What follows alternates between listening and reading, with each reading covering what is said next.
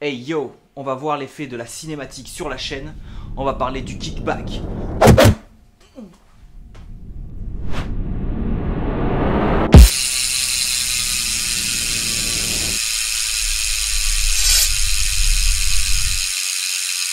Bon alors déjà le kickback il est dû à une seule et unique chose, c'est le fait que la roue arrière a tendance à s'éloigner du plateau. Alors elle s'éloigne du plateau ou du pignon de sortie de boîte. Et ça, c'est souvent le cas parce que le seul moyen qu'elle reste toujours à égale distance, d'après le théorème du compas, ce serait d'avoir un pivot concentrique avec ce pignon ou ce plateau. Or ça, il y a très peu de marques qui le font. Alors il y en a, hein, mais la plupart des marques font un autre choix parce qu'on l'a vu, si on fait ce choix-là, on va avoir, comme on l'a vu dans la vidéo précédente, un anti-squat de 0%. Anti-squat de 0%, ça veut dire un vélo qui a une mauvaise efficacité au pédalage et qui risque d'avoir du pédal bob. Donc la plupart des marques font quand même le choix de privilégier l'anti-squat par rapport au kickback. Et ça, elles font bien de le faire, on va voir pourquoi. Donc du coup, on va avoir des vélos en général qui ont une roue arrière qui va s'éloigner au cours du débattement. Alors ça poserait un premier problème, c'est qu'il faudrait aussi une chaîne qui s'étire au cours du débattement. On a de la chance puisqu'on a un dérailleur avec le système de ressort qui va permettre de compenser ça et de jouer le rôle de tampon. En moto, ils ont moins de chance.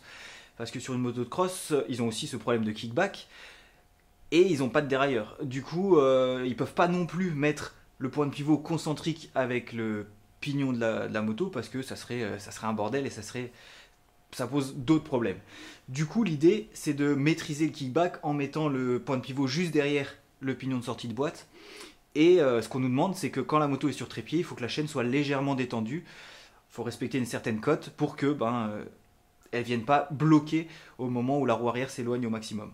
Et du coup, sur les vélos qui ont des systèmes de boîte, il n'y en a pas beaucoup, c'est pas très répandu, mais il y en a, très souvent ils font le choix d'avoir un monopivot concentrique avec le pignon de sortie de boîte. Ou alors, si c'est pas un monopivot, dans ce cas, ils sont obligés de rajouter un tendeur de chaîne. C'est aussi ce qu'on fait si on transforme notre vélo en single speed. Donc du coup, on s'en sort pas mal puisqu'on arrive à faire fonctionner notre cinématique malgré que la roue arrière s'éloigne. Mais le tampon, il ne fonctionne que pour le brin inférieur de la chaîne. Pour le brin supérieur, il n'y a pas de tampon, et c'est normal puisqu'on veut qu'au moindre coup de pédale, la roue arrière suive. Mais du coup, quand la roue arrière va s'éloigner, le brin de chaîne supérieur va se tendre. Et là, il faut qu'il y ait quelque chose qui se passe. Soit il faut que la roue arrière tourne pour compenser cette surtension, soit il faut que le pédalier, lui, tourne, mais dans ce cas, dans l'autre sens. Il va tourner en arrière. Donc voilà, c'est ça qu'on appelle le kickback, c'est quand on va écraser la suspension. Si la roue arrière ne peut pas tourner, alors c'est le pédalier qui va tourner en arrière pour soulager la surtension du brin de chaîne supérieur. Et si on force sur le pédalier, alors ça peut être la cinématique qui se bloque, ou si en plus on met une grosse pression dans la suspension, et ça peut être la chaîne qui casse, quoi. Voilà, on est niqué parce que tant que la roue arrière fuit, tant qu'elle s'éloigne du pédalier, le kickback existe. Le kickback existe, sauf que en fait on s'en fout complètement. On n'en a rien à faire. Je vous parle à vous, pilote d'enduro, je vous parle à vous, descendeurs, je vous parle même à vous, crosseux que vous êtes, avec vos jambes toutes épilées. On s'en fout. On s'en fout, alors pourquoi on s'en fout? Et c'est là où est-ce qu'il faut que je m'explique quand même, c'est que c'est quelque chose qui est connu depuis la nuit des temps. Aucune marque va concevoir un vélo avec une élongation de chaîne trop importante qui va faire que le vélo est inroulable. C'est très souvent bien maîtrisé, ils arrivent à faire les choses de manière propre. Si on a un point de pivot haut, c'est le pire cas puisque c'est là où la roue arrière va le plus s'éloigner, qu'est-ce qu'ils font? Ils font passer la ligne de chaîne en haut. Et dans ce cas-là, ils arrivent à avoir un vélo avec quasiment zéro kickback. Bon, ça c'est une chose, mais aussi le kickback il dépend énormément du rapport sur lequel on est. Si on est en haute cassette, effectivement, quand on va écraser la suspension, les pédales vont quand même tourner de manière significative, même si on a un kickback assez faible. Mais dès qu'on va descendre sur la cassette, le kickback va devenir de plus en plus insignifiant, voire inexistant, quoi. Donc du coup, ça veut dire que le kickback il est important vraiment en haute cassette. Ça c'est une chose. Simplement pour la même raison que quand on est en haute cassette, il faut faire plein de tours de pédale pour avancer qu'un petit peu. Ça c'est une chose. Et aussi quand on roule, on n'est pas en train de pédaler et la roue libre est désengagée. Donc elle est désengagée, donc du coup il faudrait que la tension de chaîne apparaisse vraiment brutalement, c'est-à-dire qu'on utilise notre débattement très fort, très rapidement, et qu'il y ait cette tension de chaîne pour potentiellement que ça aille plus vite que notre roue libre actuelle. Et ça, ben, on pourrait faire le calcul. Moi je ne l'ai pas fait. J'ai vu une vidéo de Trailpov où eux ils le font. Ils estiment que si tu sautes 1,50 m à plat, et ben si tu roules au moins autour de 30 km/h je crois, tu ressentiras strictement rien du tout. On parle de 1,50 m à plat, et encore je pense même qu'ils ont été un petit peu pessimistes dans le calcul, quoi.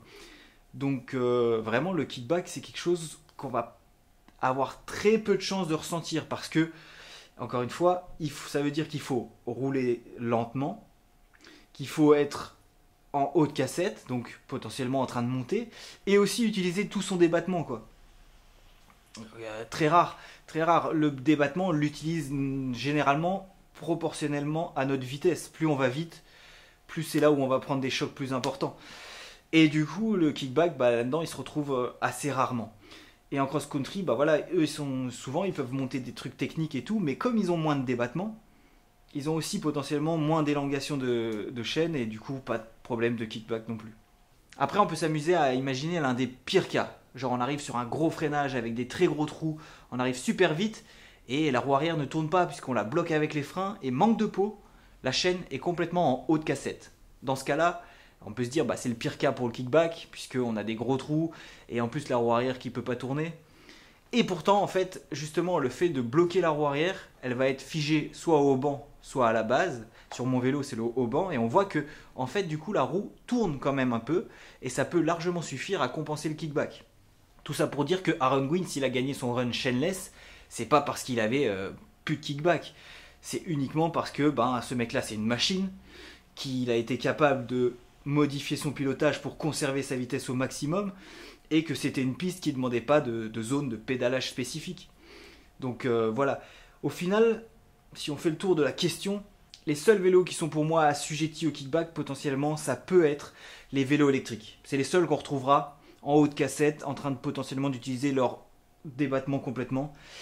Donc voilà, si vous avez un vélo électrique que vous trouvez qui est inconfortable en montée, alors qu'il est confortable sur le reste, en descente, etc., potentiellement, ça peut être le kickback qui est mal géré. Mais sinon on s'en fout, je pense.